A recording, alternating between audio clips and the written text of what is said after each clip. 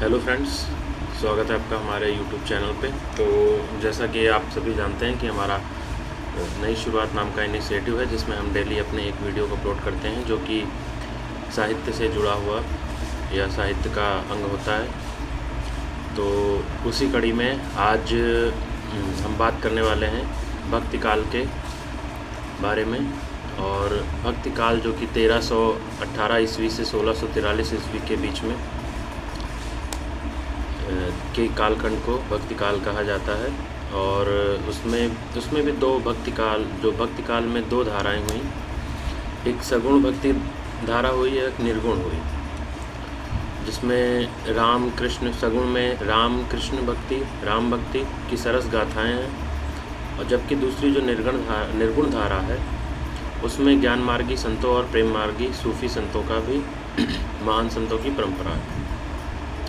अब भारत के सांस्कृतिक और साहित्य इतिहास में भक्ति काल को लोक जागरण काल कहा जाता है। यानी इसी समय बहुत सारी चीज़ें, बहुत सारी घटनाएं इतिहास के परिप्रेक्ष्य में घटित हो रही थी। इतिहास को अगर देखा जाए तो इतिहास जो है उस समय भारत का इतिहास बहुत ही जटिल विषम परिस्थितियों से गुजर रहा था, चूँकि यहाँ पे बाहरी जो दूसरे देशों से आक्रांता आ चुके थे हमारे देश में, और उन्होंने यहाँ का जो डेमोग्राफिक एक तरीके से, जैसे जो भी शासक होता है, मैं इसको कुछ नेगेटिव वे में नहीं कहना चाहता, लेकिन कहने का मतलब ये है कि जब भी दूसरे मुल्कों से लोग यहाँ अपने देश पे आक्रमण किए तो उन लोगों ने अपने धर्म के अनुयायियों, मतलब चूँकि शासन करना आसान रहे, इसलिए जैसे कोई भी शासक है वो चाहेगा कि मेरे धर्म के ही लोग रहें।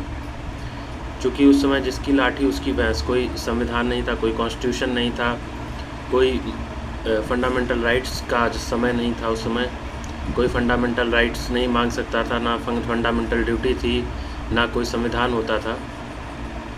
तो लोग बहुत सारे, अगर बहुत नैतिक राजा भी है तो वो धर्म के आधार पर या तो शासन करता था। और धर्म के आधार पर शासन करने का मतलब ये है कि जब तक मेजॉरिटी आपकी धार्मिक मेजॉरिटी आपके पास नहीं है तब तक आप शासन नहीं कर सकते अच्छे से। तो जो भी शासक आए भारत में, तो बाहर से आक्रांता जो भी आए, जो भी शासन करने के लिए यहाँ पे आए, तो उन्होंने क्या किया कि अपने धर्म में लोगों को कन्वर्ट करने के लिए ज़ोर ज़बरदस्ती और जैसा भी हो सकता था उन्होंने सारे प्रयास किए। और जैसे भी मार्ग वो अपनाना चाहते थे, जैसे भी चाहते थे वो कि हमारे धर्म में ही लोग आएँ, ताकि हमारा शासन जो है वो सही हो सके और हमारे धर्म को लोग समझें, ताकि शासन करना आसान हो जाए यहाँ पे भारत में। चूँकि यहाँ पे बहुत पहले से ही बहुत क्या कह सकते हैं कि भारत की जो परंपरा है वो बहुत ही गहराइयों से जुड़ी हुई परंपरा थी। तो चूँकि जब यहाँ पे बहुत सारे राजा आए तो उन्होंने दूसरे देशों से जो राजा आए, जैसे फ़ारस से आए, तो वो सब फ़ारस से या तुर्की से आए, अफ़गानिस्तान से आए इधर इसको जीतने के लिए। तो जीत के यहाँ पे आ तो गए, लेकिन फिर यहाँ की जो सांस्कृतिक परंपरा थी उसको देख करके कहीं ना कहीं वो भी कुछ ना कुछ उससे जुड़ गए।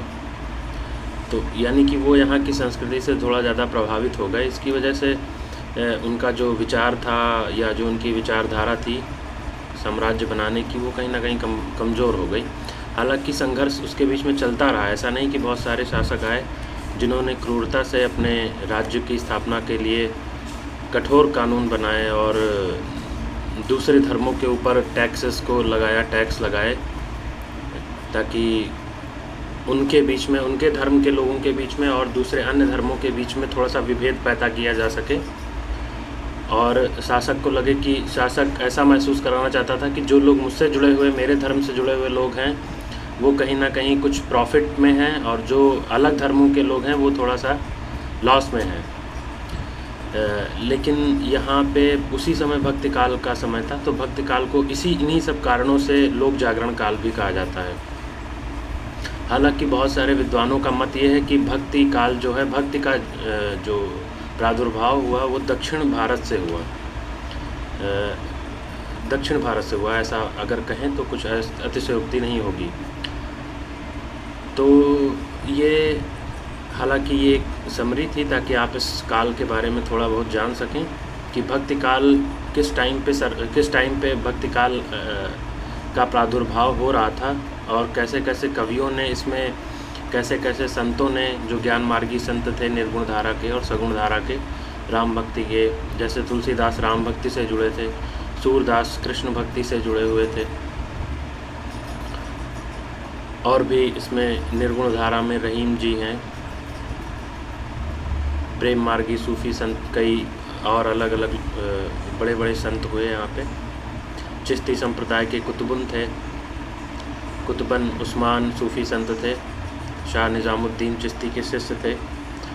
तो बहुत सारे ऐसे संत हुए जिन्होंने, जब भक्ति काल का प्रादुर्भाव हो गया तो फिर उन्होंने भी अपना अपना कुछ ना कुछ कंट्रीब्यूशन देना चालू किया उसमें।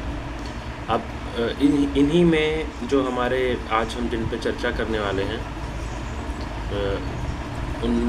ये कबीरदास, उन्हीं कुछ भक्ति काल के मध्यकालीन जो भक्ति साहित्य की निर्गुण धारा से, ज्ञानाश्रयी शाखा से अत्यंत महत्वपूर्ण इनका जो ये पर्सनैलिटी है, ये जो व्यक्तित्व है इनका, कबीर जी का, ये बहुत ही महत्वपूर्ण है और विद्रोही संत के नाम से जाने जाते हैं। इनका 1398 से 1518 तक इनका कार्यकाल जो रहा, इन्होंने साहित्य में निर्गुण धारा को चुना था, जो कि ज्ञानाश्रयी शाखा से जुड़ा हुआ था। तो इन्होंने बहुत सारी रचनाएं भी की, और उन रचनाओं में से कुछ रचनाओं को मैं आपको यहाँ पे सुनाना चाहता हूँ। इसमें आप ध्यान से सुनेंगे कि इन्होंने एक दोहा लिखा था कि मेरा मुझ में कुछ नहीं, जो कुछ है सब तेरा, तेरा तुझको सौंपता क्या लागे है मेरा। यानी मेरे पास कुछ भी नहीं है मेरा अपना, मेरा यश, मेरी धन संपत्ति, मेरा शारीरिक मानसिक शक्ति सब कुछ तुम्हारी ही है, और जब मेरा कुछ भी नहीं तो मैं उसके प्रति ममता कैसी दिखाऊं। तेरी दी हुई वस्तु को तुम्हें ही समर्पित करते हुए मेरी क्या है हानि, इसमें हानि क्या है। जब मेरे पास मेरा कुछ है ही नहीं तो आपकी वस्तु ही आपको मैं समर्पित करता हूँ, इससे मेरा अपना लगता ही क्या है। फिर उन्होंने एक और दोहा लिखा कि तू करता तू भया, मुझ में रही ना हूँ, वारी फेरी बल गई, चित देखो तित तू।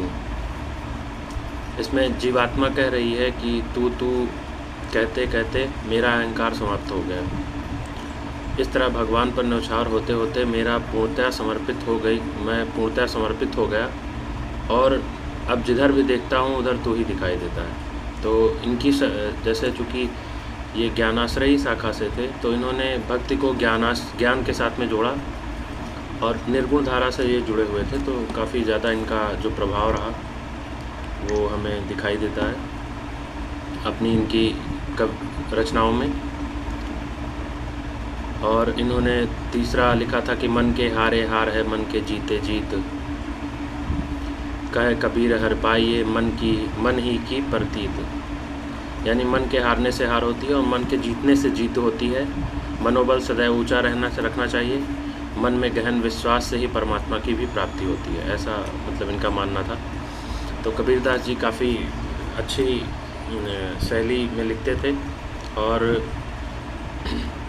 और तीसरी रचना इन्होंने लिखी कि प्रेमी ढूंढत मैं फिरूं, प्रेमी मिले न कोई, प्रेमी को प्रेमी मिले तब सब विष अमृत होए। जब परमात्मा के प्रेमी को मैं खोजता घूम रहा हूँ, परंतु कोई भी प्रेमी नहीं मिलता। यदि ईश्वर प्रेमी को दूसरा ईश्वर प्रेमी मिल जाता है तो विषय वासना रूपी जो विषय है अमृत में परिणत हो जाता है, यानी अमृत में बदल जाता है। तो इन्होंने कितना बढ़िया लिखा है उसको कि प्रेमी ढूंढत मैं फिरूं। यहाँ पे प्रेमी से तात्पर्य उनका यही है कि परमात्मा को ढूंढता मैं फिर रहा हूँ, प्रेमी मिले ना कोई, यानी परमात्मा कोई मिल नहीं, परंतु कोई भी प्रेमी नहीं मिल रहा है यहाँ पे। प्रेमी को प्रेमी मिले तब सब समृत होए। जब ईश्वर रूपी जो प्रेमी है उसको दूसरा ईश्वर प्रेमी मिल जाता है, यानी जब दो, इसको आप अपने साधारण जीवन में भी इसको समझ सकते हैं आप कि कैसे जब दो समान मति के लोग आपस में मिल जाते हैं तो उनसे जैसे होता है ना कि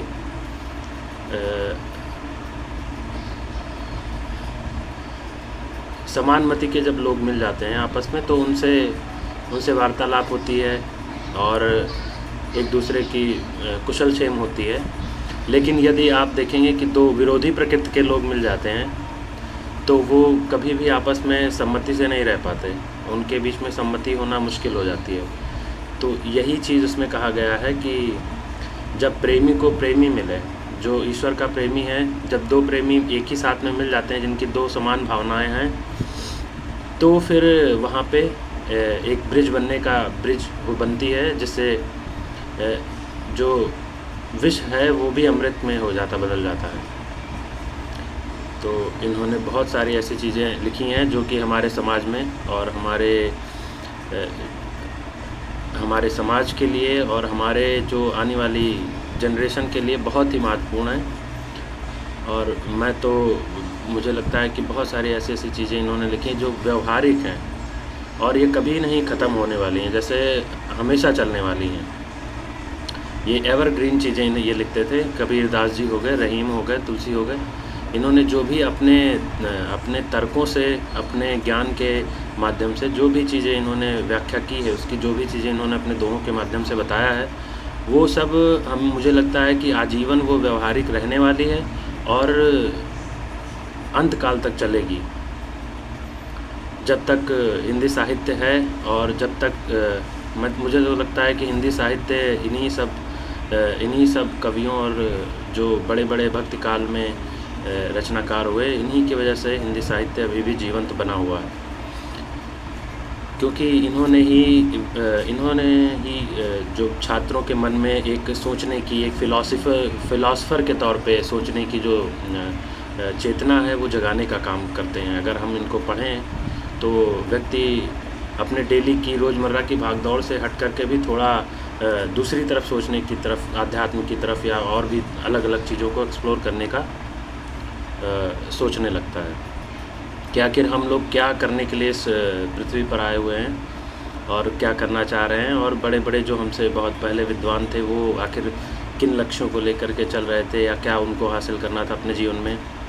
तो वो ये सब खोज है जो हमारे जीवन में, एक व्यक्ति के जीवन में हमेशा कॉम्प्लेक्स लगातार धुंध करती रहती है हमारे मस्तिष्क में।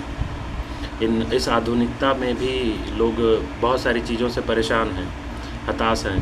तो इनके जो दोहे हैं और रहीम, कबीर और इन सभी महापुरुषों के जो दोहे हैं, ये कहीं ना कहीं हमें एक गाइडेंस देते हैं और बहुत बढ़िया मार्गदर्शन देते हैं, ताकि हम अपने अंदर के अंतर्द्वंद को दूर करके समाज की भलाई कैसे कर सकें, समाज के लिए अच्छे काम कैसे कर सकें, लोगों के हितों को कैसे देख सकें।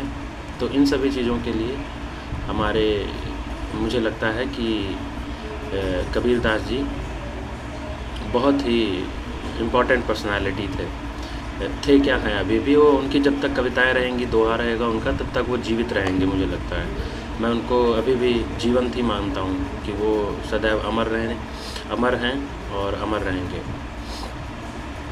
थैंक यू फॉर वॉचिंग और मिलते हैं अपने नेक्स्ट वीडियो में। तब तक के लिए अपना खूब ख्याल रखिएगा। बाय बाय, नमस्कार।